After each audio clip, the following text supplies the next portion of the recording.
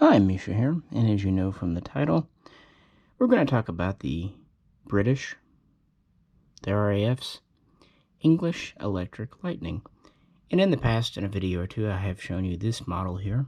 This is a F.6 variant, so the final variant. In fact, this is from pretty late in its career, around 1987. And this is a 1/72 scale model from Corgi. It's almost all metal, which is great. They did publish a 1/48 scale of this a year or two back, which is awesome, but I've tried 1/48 scale and it's just not me. I like 1/72. This is plenty big and plenty heavy, even here. And that just tends to be what I collect. It's also cheaper. Anyway, this has always been one of my favorite models, but the problem is Corgi is pretty much out of print on their Lightnings, at least for the time being, which is a shame because it's one of their best models. Gear up or down, you get opening canopy, heck, they even give you a little ladder, which is a little strange because the pilot's not removable, but other than that, no complaints. You have the two missiles, you have the big belly tank, the famously double stacked engines, the nose cone. Anyway, this is the only one I could find that I felt very happy to find it a couple of years ago at Showcase Toys. And the price was extremely fair considering being out of print. However, I really wanted more. An F3, an F2, maybe an F1. Well, at the end of 2020, Aikens Airplanes usually does, at the end of the year I should say, usually does a 20% off sale or whatever and free shipping. They also do a little bit of house cleaning, and looky what they found in the back of the warehouse. An old model, probably from 10 years ago. Meet the F.1, and some say this is an F.1A. It's hard to tell because the only difference between the F.1 and the F.1A is the refueling probe, which was always optional, and this doesn't have it. Anyway, they found this. They found an F.6 from 1984, similar to this one. I didn't need it.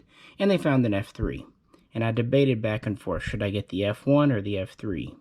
Obviously, I went with the F.1, and I'm really glad I did. I'm very happy with this model. In fact, this is the first Corgi Lightning release, I believe, in this scale and die-cast metal. So with that, I thought, of course, let's talk about the history. This is the UK's first and only Mach 2 Plus fighter. It was really more of an interceptor.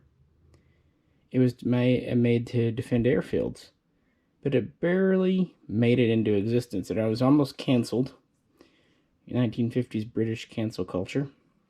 And it worked alongside this here, the Bristol Bloodhound missile. These two kind of worked in conjunction to defend the V-bomber airfields, and I've covered the V-bombers in previous videos, including recently. And, just to have a talking point, I have a Harrier GR1 here. Some of you might know why I have a Harrier in a Lightning video. However, it may not be here for the reasons you think. And let's just say I'm going to talk a bit about internet culture and kind of how things get passed around. So this should be a fun video, I hope. I've been wanting to do this for a long time, and now that we're feeling better after the holidays, and thanks to Aikens and their sales, it's a really good December for models. Both Pete's and Aikens found some things, and I even picked up a few things from Flying Mule that were hard to get. So I have quite a bit of content to make for you throughout January. With that, let's get in and go back to the 1950s. If my model's a little canted, anyone who collects Corgis, especially old ones, knows how these stands were. They're kind of It plugs in very securely, but then this little resin rubber piece that it's on pivots around. I think they did it as a positional feature, but over time it doesn't age well. Anyway, it's totally fixable. I just haven't done it yet because it's a new one. Back in World War II, English Electric became pretty famous and popular for manufacturing warplanes designs from other people. This would be parlayed in post-war to the famous Canberra, the jet bomber.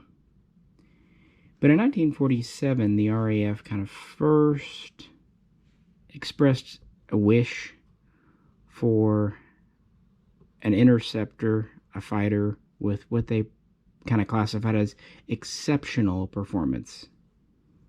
Basically, it'd be nice to have the next generation super duper fighter. This is at the dawn of the jet age, and remember that Britain was the really the best manufacturer of jets, at least in the West at this time. English Electric kind of took this, and by the way, the RAF was hoping for Mach 1.5, which was just exceptional at a time when you really didn't even have transonic, not to mention supersonic jets yet. They took this originally, and it was a research aircraft, and it would evolve into the P.1. And they had an interesting way of doing things. They went to this double-stacked engine even early on with the P.1. They did that to minimize, well, everything, for less drag, and just, I think, because it looks cool, frankly. They also went to not just a swept wing, but a very severely swept wing for the 1940s. And they went to a high tail. Not quite this style, but yeah. And in 1950, the Air Ministry ordered 2 P-1 prototypes. But many in the government, the RAF, and especially at the Royal Aircraft Establishment, RAE, were extremely skeptical. Long story short, the 2 prototypes were ordered, but they also commissioned Short Brothers to make kind of an alternative. The British were really big into having backup plans, which is why we ended up with 3 V-bombers. Long story short there, the Short Brothers stuff didn't really work out. The test plan they had pretty much proved that English Electric hit it. By 1952, the design was decided to be very sound. If anything, they decided to make the tail and the wing sweep even a little more severe. So, the first of the 2 P-1 prototypes flew in August of 1954. And on its third flight, it broke the sound barrier. Now, it would not be the first plane to do so. However, it did it without really having to engage reheat, which is British speak for afterburner. Pretty impressive. So with that, things would move forward. And the design would kind of split apart into P-1A and P-1B. The P-1A was first shown to the public in 1955, and that was the original design. It was based on the Mach 1.5 requirement. It actually ended up doing a little better, about Mach 1.7. In fact, it set a world speed record in 1957 for 1.72. But English Electric thought they could do Mach 2. So the P-1B was developed for this. And that's really where we get this aircraft here, the F.1. The P-1B was extremely similar. The earliest P-1s didn't have a radar, didn't have a lot of that stuff. And the P-1A used Sapphire engines. The P-1B went to the Avon engine, which while it had some rocky starts with the Hunter and whatnot, once the Avon engine hit its stride, it was a very good power plant. So they worked the tail over for the P-1B. They added a radar, which was always planned for. This was always meant to be an all-weather interceptor. They changed the intake. They went to this very unique cone. Kind of reminds you of a MiG-21. But originally it was more of like a F.86 ovular looking intake. They added guns. They basically had a ventral pack where you could have guns or unguided rockets. Remember, this is the mid-50s.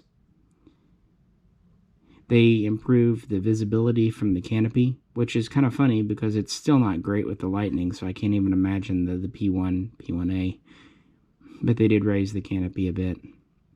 And they added a belly tank here. You can see on this model, this kind of rounded hump on the bottom where the stand goes in. That's for obviously more fuel because anyone who knows the Lightning knows it had very limited range, and so the P1, P1A basically had about 5 seconds of flight time. So they did their best because they really couldn't use the wings for fuel because the landing gear were in them. This was an exercise in compromises.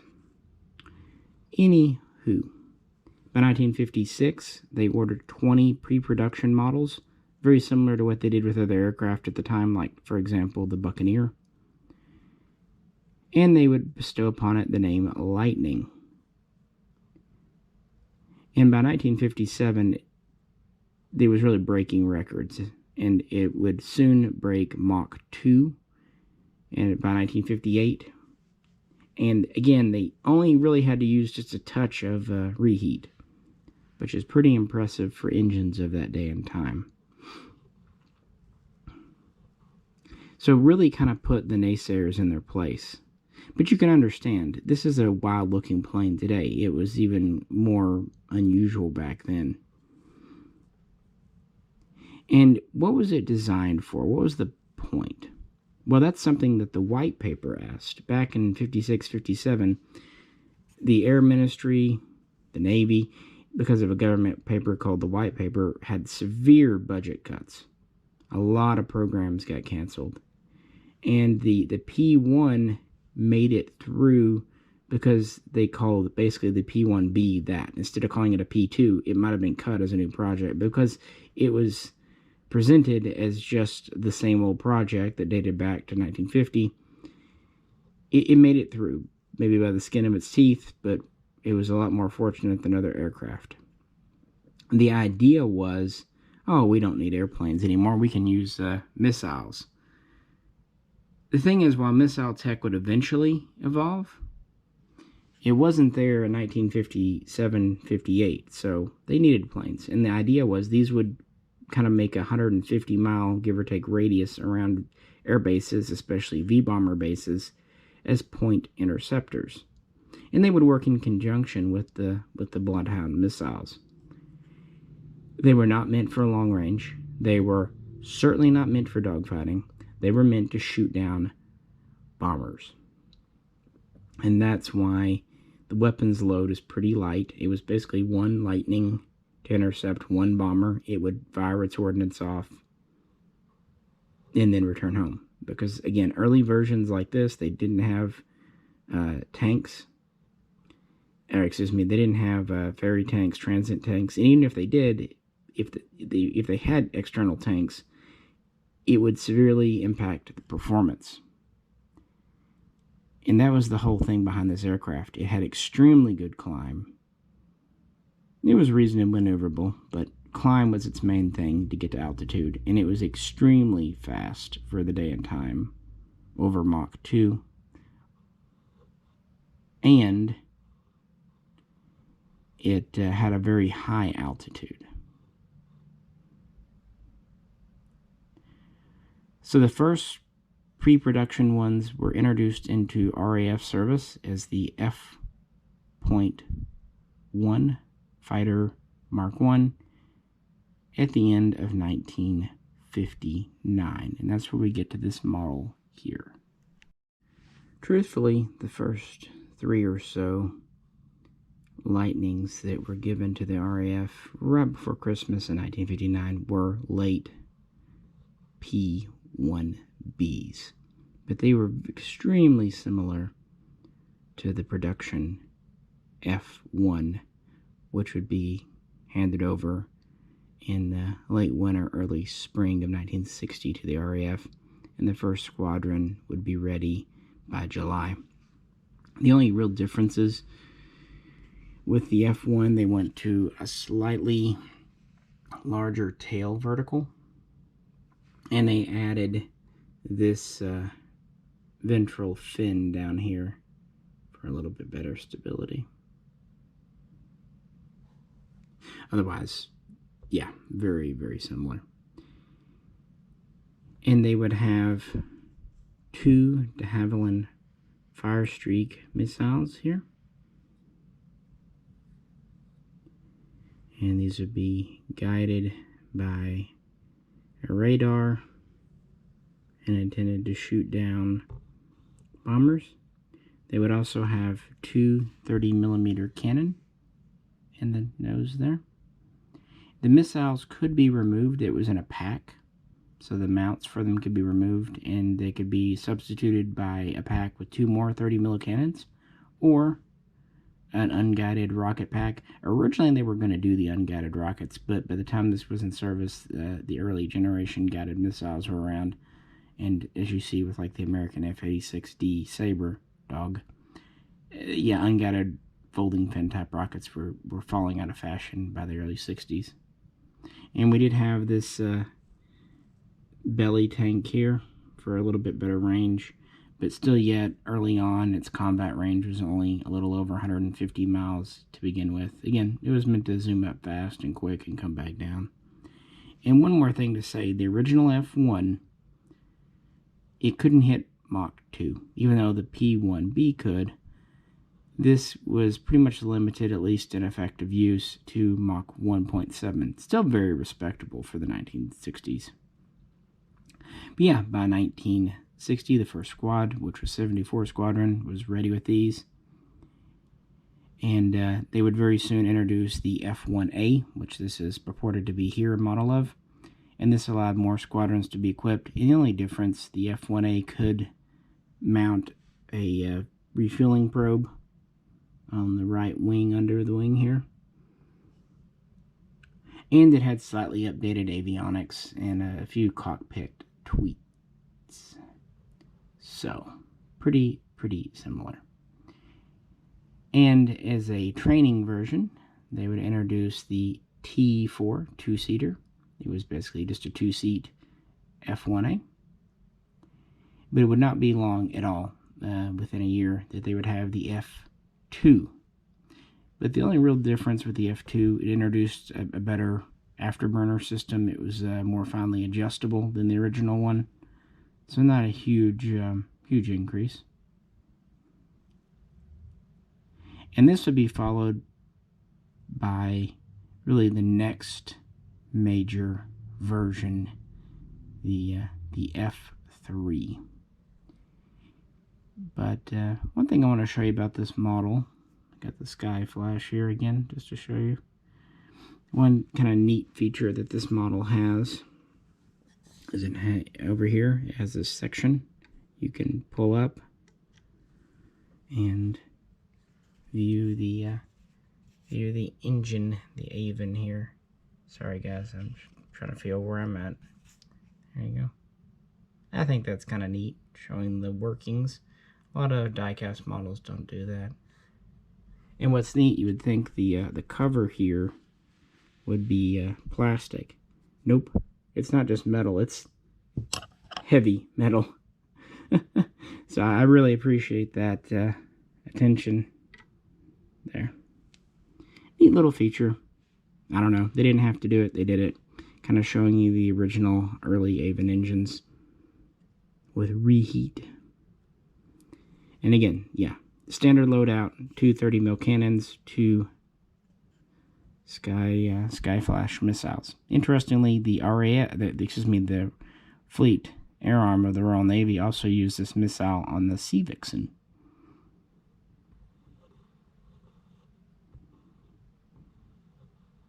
But with that, let's get into really the second generation of Lightnings. So yeah, the F1, F1A, F2 were just kind of incremental increases. And really they allowed the RAF to start fielding several squadrons by 1963. But then the F.3 came out. And it had several improvements. In fact, the F.3 would be the highest performance version. It would go to a new generation of Avon engines.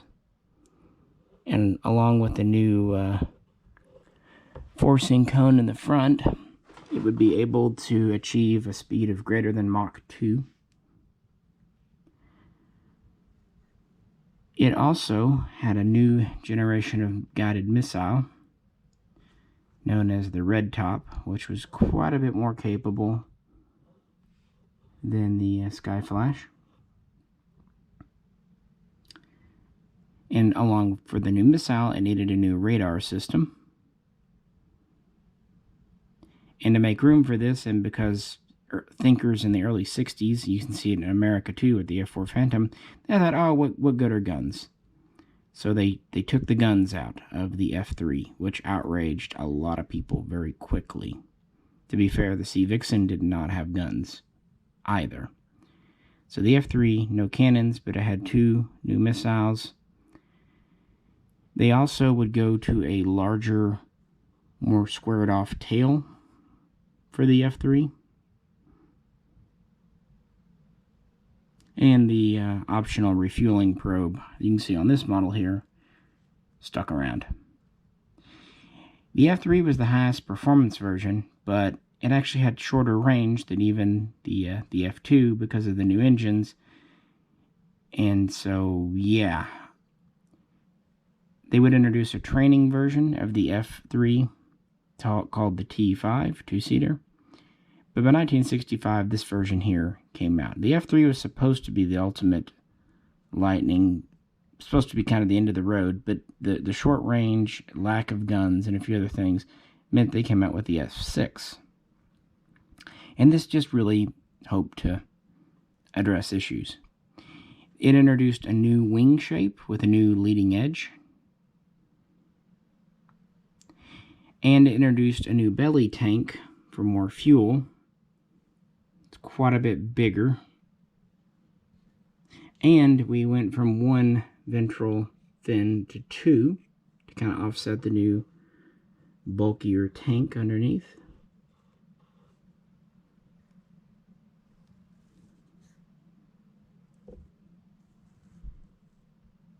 And we introduced the ability to carry external tanks, interestingly, above the wings. Now, some will call these drop tanks. From what I've seen, they were not drop tanks, which makes sense. How are you going to eject a tank, especially at high speeds, that's over your wing? Now, they were attached for transit, for moving from one place to another, for example, going to Singapore. So that, combined with aerial refueling, would get the planes there. And it's even said that with these tanks on, the aircraft were routinely limited to subsonic speeds. So it seems like the tanks were slapped on to get them from one base to another, and then once there, when they were back to being interceptors, the tanks were removed. So they were removable tanks, but they weren't drop tanks. So yeah, it carried them above the wings, not below, because there was really no place to put them below. The landing gear were there, other equipment was there, so above the wing was the only place to do, and the F.6 introduced these tanks. So that, the F.6 first flew in 65 and started to really be the ultimate version. They would go back and update some of the older airframes. The F.3 was updated to the F.3A. In fact, sometimes these were done before the F.6s. This was an interim kind of thing. It had some features, like it got the new wing and it got the belly tank, but it didn't have the 2 fins on the bottom, I believe. They also updated the older F2s to F2A. A lot of people say they updated them to the F.6 standard, and then they say except they had the original Avon engines, except they had the original radar, except they had the original Sky Flash missile, not the Red Top. To me, that just means basically it was an F2 given the larger belly tank and a few changes to like the tail and stuff. The F2A was actually the longest ranged version. Lower performance, still limited to 1.7 or so Mach, but because of its earlier engines, but having all the extra fuel, and these were used often in more low-level roles, like, for example, battery died. So anyway, let's talk about service. We were pretty much there anyway. Just as a note on paint schemes, the early ones were just in kind of a natural metal, something the RAF liked. Later they would go to kind of a green-gray camo, and then late in production, late in service, I should say, they did kind of a two-tone gray, RAF gray. The first squadron, like I said, was 74, and with the F.1A and F.2, they were able to equip more squadrons. And one of the first overseas postings was to West Germany, and that would be where the F.2A would really find its niche. It's longer range, better endurance, and since they needed them for more low-altitude performance there, yeah, the F.2A kind of made a spot for itself in Germany. This model here is actually from the Tigers aerobatic team when they were first showing off the F.1, F.1A in 1961-62.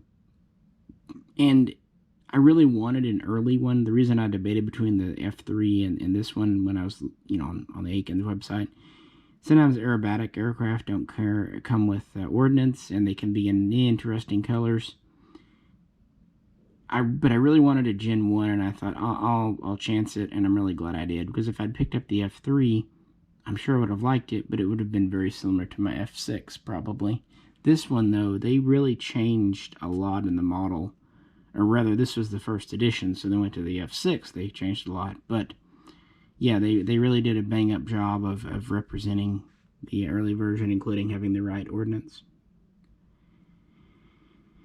They would next, of course, introduce the trainer, which helped. And early on, pilots liked it. The radar and the missile had a good reputation considering the tech of the day.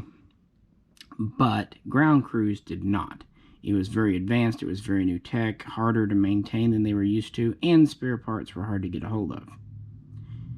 And many just viewed this as an interim measure until surface-to-air missiles really advanced. And so the original planned retirement was only about till 1970. So they only planned to have these in service about a decade.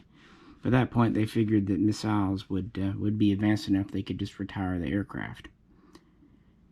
Anywho, by 1968, 9 squadrons operated in the UK. In addition to those in West Germany, they would send a squad over to Singapore in 1967, and these would relieve the Javelin. And in 1968, they would send a squadron of F-3s to Cyprus to help kind of quell tensions there. Later, all these would be updated. What they basically decided to do was not retire these in 1970 for several reasons. They did decide to retire older airframes, F1s, some F2s, but they updated the F2s to the F2A and the F3 to the F3A, and of course they had the F6. From what I've read, some F3s were actually fully updated to become F6s. And one other update that was introduced after the F6 came out, the gun issue. Originally the F6 did not have cannons either, but pilots really wanted cannon.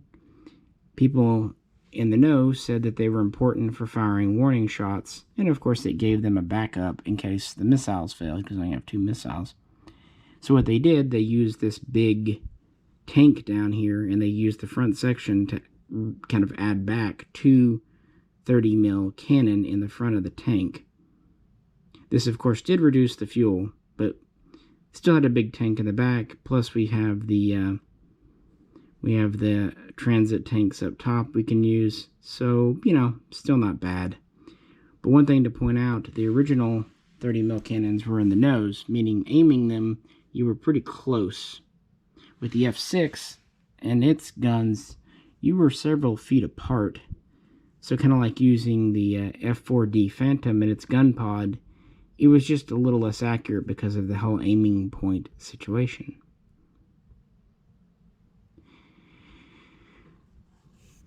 Anywho, these would originally, well, they would replace the Hawker Hunter in the daylight interceptor role in the Javelin, and in turn, they were planned to be replaced first by the British Phantom variant called the FG2, which started to appear in 1972. So this let them take a couple of squadrons of Lightnings down. In 1974, the Jaguar came online. Now, the Jaguar was a ground attacker or fighter bomber, so that really wasn't directly impacting the Lightning. However, that meant that more FGTs, F4s could be freed up to replace even more Lightnings. In result, because of new things, by 1977-78, only 2 or 3 squadrons were still operational within the UK of Lightnings. And again, they considered retiring these, but by 1980, the Tornado, especially the F3, was way behind schedule, so they decided in 1980 to refurbish the existing airframes and kind of rotate them in and out of service to put them at the maximum of their hours. So there's a little bit of a rework program, and they would, fly a plane for a bit, let it sit, work on it, fly a different one, let it sit, work on it. English Electric, later part of British Aircraft Corporation, BAC, would build about 337, 338 Lightnings, depending on which source. Most, of course, went to the RAF. They did have a handful of export customers, including Saudi Arabia and Kuwait, but these just bought a few. And interestingly, they had a variant they tried to make into more of a general-purpose fighter, or fighter-bomber even, by putting a few bombs or rockets under the wings. It's not really the thing for that, but anyway, Saudi Arabia and Kuwait didn't fly their Lightnings a lot. Saudi Arabia took good care of them, Kuwait did not, and a lot of the Saudi ones ended up going back to the UK later on. So let's talk about why I have a Harrier out today. Let me move my Bristol. It's a neat little Bristol model. I've shown it before, I might need it again. It's a full set with trailer and everything that came from Oxford. This whole section's metal. The missile is plastic. Almost everyone does missiles in plastic because of detailing. And it's just hard to make metal curve in this way. Perfect cylinder. Anyway. And this is actually a new Harrier that I have not shown you. This was another find at Aikens during their clean out. A very old Corgi. It's part of their Legend series, so it has gear in the down position. But this is a GR1, so early generation Harrier, which is great. I didn't have one of these. They also had a Royal Navy one. Long story short, you're going to be getting a new Harrier videos very soon. Anywho, it's said that the Lightning's only kill was a Harrier shoot-down that occurred in and it's kind of vague, they usually say just the 80s. And the story on the internet, oft repeated, sometimes on wiki pages, is that a Harrier was being piloted and the pilot had to eject. Some sources say the pilot collapsed, fell asleep, passed out. Either way, pilot no longer in control of Harrier, and the Harrier was kind of flying dead stick. And this was in West Germany, and they were worried about it flying into East Germany and starting an incident, so a Lightning F.2 stationed in West Germany was ordered to intercept and shoot down the Harrier, giving it its only kill, because the Lightning was never in combat, because again, it was a defensive plane, not offensive. I thought this was a very interesting story, but I noticed one thing. Every word that repeated it never gave an exact date, and all I was trying to do initially was figure out when this happened so I could have it in this video.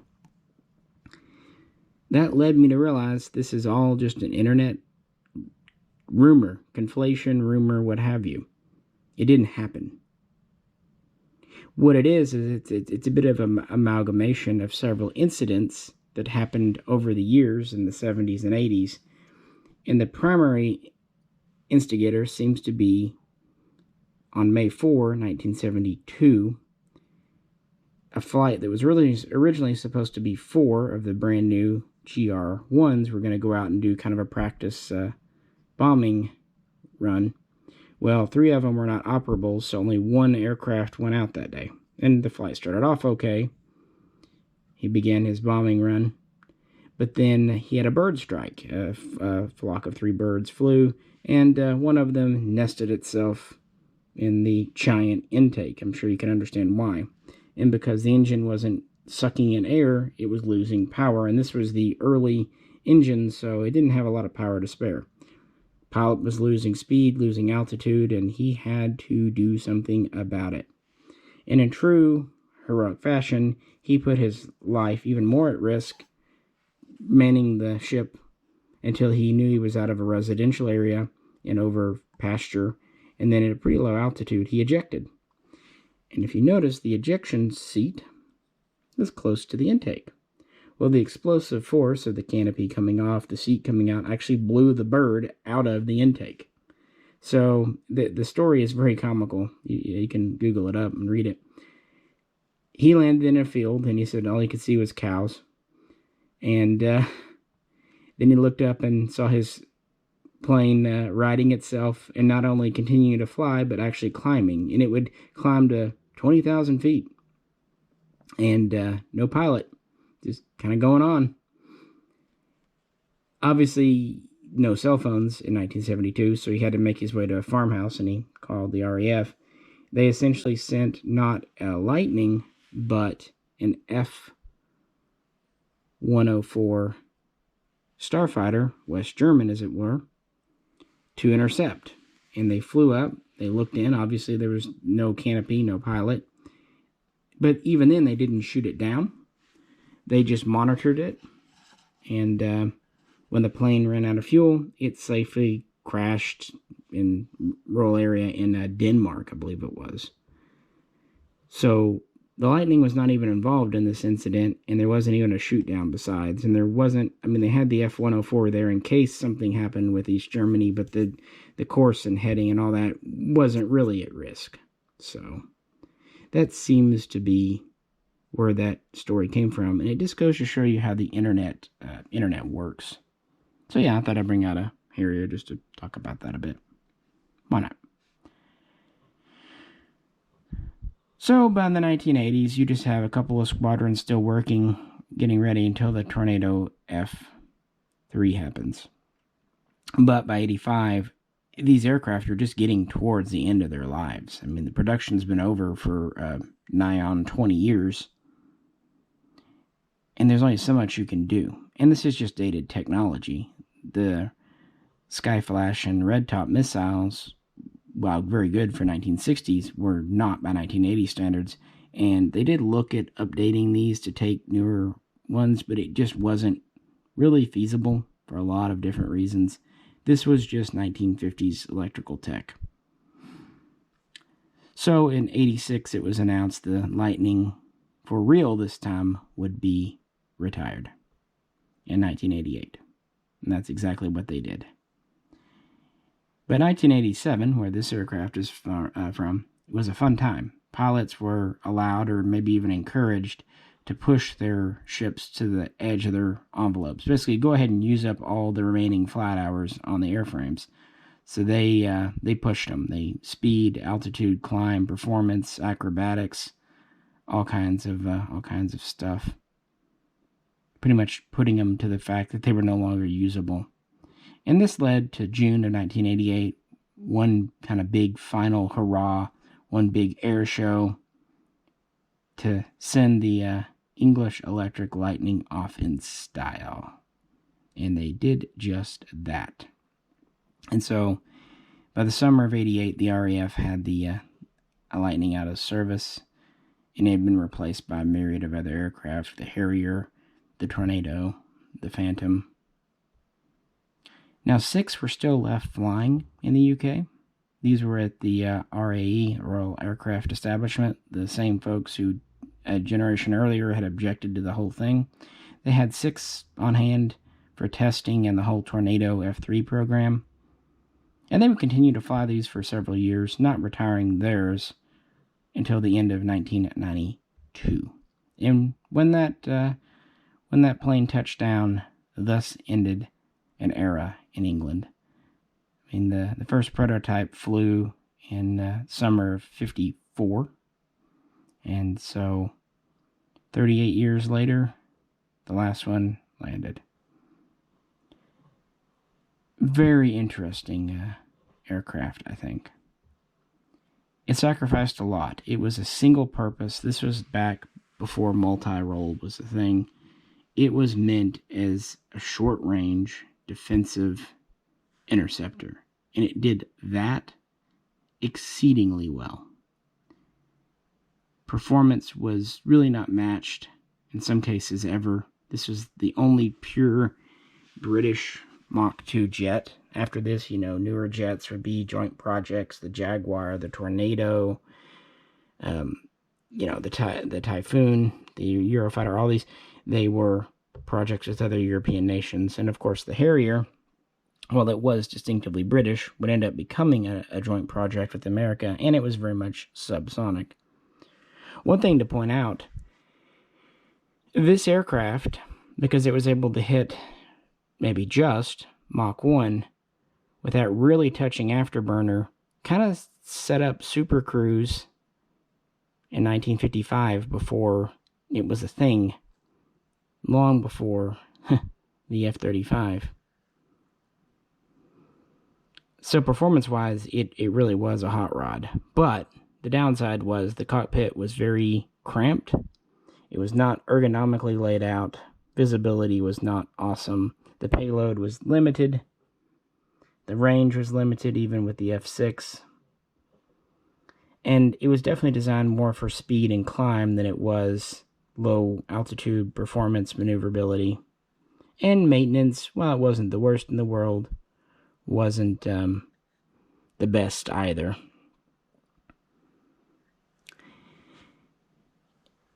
And it's spinning on its own. Great. These are very heavy.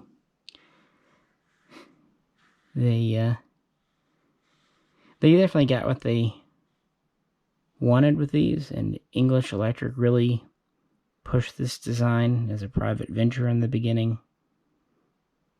And it is an iconic British aircraft. And there's just nothing else quite like it. So I can't tell you how happy I was, not only when Akins had this model, but also when the version here came in with the Skyflash missiles. Because again, being a Tigers one. By the way, the acrobatics were taken over by the Firebirds after the Tigers team.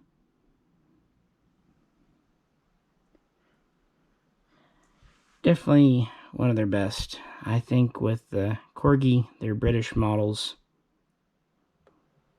are really where they put their all. It's like with Hobbymaster, they do really well with their Japanese models. So what do you think? Which is your favorite Lightning variant? Or do you think they're all stupid and whatnot? It does kind of remind me of a spiritual successor to the Messerschmitt Me-163 Comet. That kind of same principle. Short range, air defense, zoom up, attack, and come back down. Well, I hope you enjoyed this.